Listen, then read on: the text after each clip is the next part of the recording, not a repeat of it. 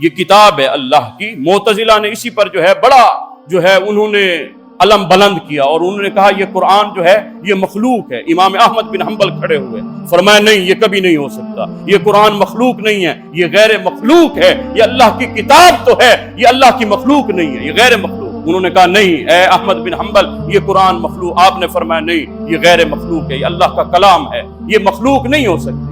تو اس وقت کے جتنے بڑے حاکم تھے نا، انہوں نے احمد بن حنبل کو جیل میں قید کر دیا۔ احمد بن حنبل جیل میں گئے۔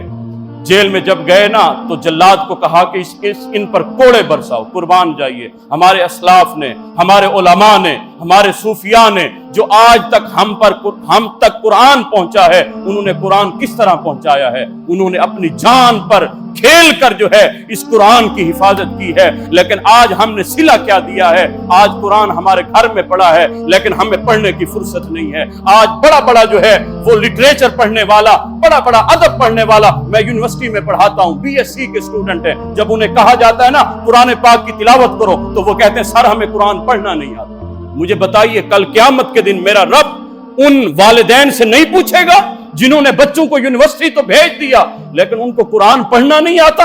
مجھے بتائیے صحیح، آج 20-22 سال کا بچہ ہے، جب اس کو کہا جائے قرآن کی تلاوت کرو تو وہ کہتا ہے صاحب مجھے قرآن پڑھنا ہی نہیں آتا۔ آج جتنی بڑی ٹیکنالوجیز آ گئی، بڑے فون آ گئے، آج ہمیں وہ چلانے کا طریقہ آ گیا، نہیں آیا تو قرآن پڑھنا نہیں آیا۔ تو حضرات ذی وقار، یہ ہمارے لیے لمحہ فکریہ ہے، یہ ہمارے لیے مرنے کا مقام ہے کہ آج قرآن نظر آتش ہو رہا ہے لیکن آج ہم قرآن کے ماننے والے عمل کیا کر رہے ہیں؟ حضرات ذی وقار، پہلا حق کیا ہے؟ قرآن کو ماننا ہے کہ یہ اللہ کی کتاب ہے۔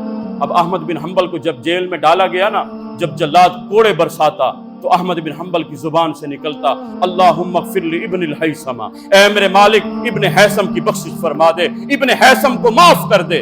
جلاد نے کوڑے مارتے نہ رک کر کہا کہ حضرت آپ کو کوڑے مارتا ہوں، آپ کہتے ہیں کہ ابن حیثم کی اے اللہ بخشش فرما، وہ ابن حیثم تو سب سے بڑا ڈاکو ہے، تو آپ اس ڈاکو کے لیے بخشش کی دعا کرتے ہیں، یہ ماجرا کیا ہے؟ تو احمد بن حنبل نے بتایا جب میں جیل آ رہا تھا نا تو میرا آمنا سامنا ہوا ابن الحیثم سے، یہ ایک بہت بڑا چور تھا، ڈاکو تھا۔ اس نے جب مجھے دیکھا نا، اس نے کہا حضرت آپ کیسے؟ میں تو چور ہوں، میں تو ڈاکو ہوں، میں اس دھرتی پر شیطان کا نمائندہ ہوں۔ تو احمد بن حنبل کہنے لگے یہ قرآن کے معاملے میں، خلق قرآن کے مسئلے میں مجھے اس وقت کے جتنے بھی حاکم ہیں نا انہوں نے جیل میں ڈال دیا ہے۔ تو وہ ڈاکو کہنے لگا حضرت یہ بات یاد رکھیے گا، میں 100 بار آیا ہوں، 100 بار، یہ میرا یہ جرم 100 بار تھا، لیکن یہ یاد رکھیے گا یہ اب میں جب چھوٹ کر جا رہا ہوں نا کام پھر بھی میں شیطان کا کروں گا۔ تو وہ کہنے لگا حضرت احمد بن حنبل آپ اس دھرتی پر رحمان کے نمائندے ہیں، یاد رکھنا جب کوڑے لگیں گے نا تکلیف بہت ہوگی، شدت بہت ہوگی، لیکن یاد رکھنا اپنے رحمان کے مشن سے پیچھے نہ ہٹنا۔ میں شیطان کا نمائندہ ہو کر شیطان کو کانڈ نہیں لگنے دے رہا، آپ تو رحمان کے نمائندے ہیں نا۔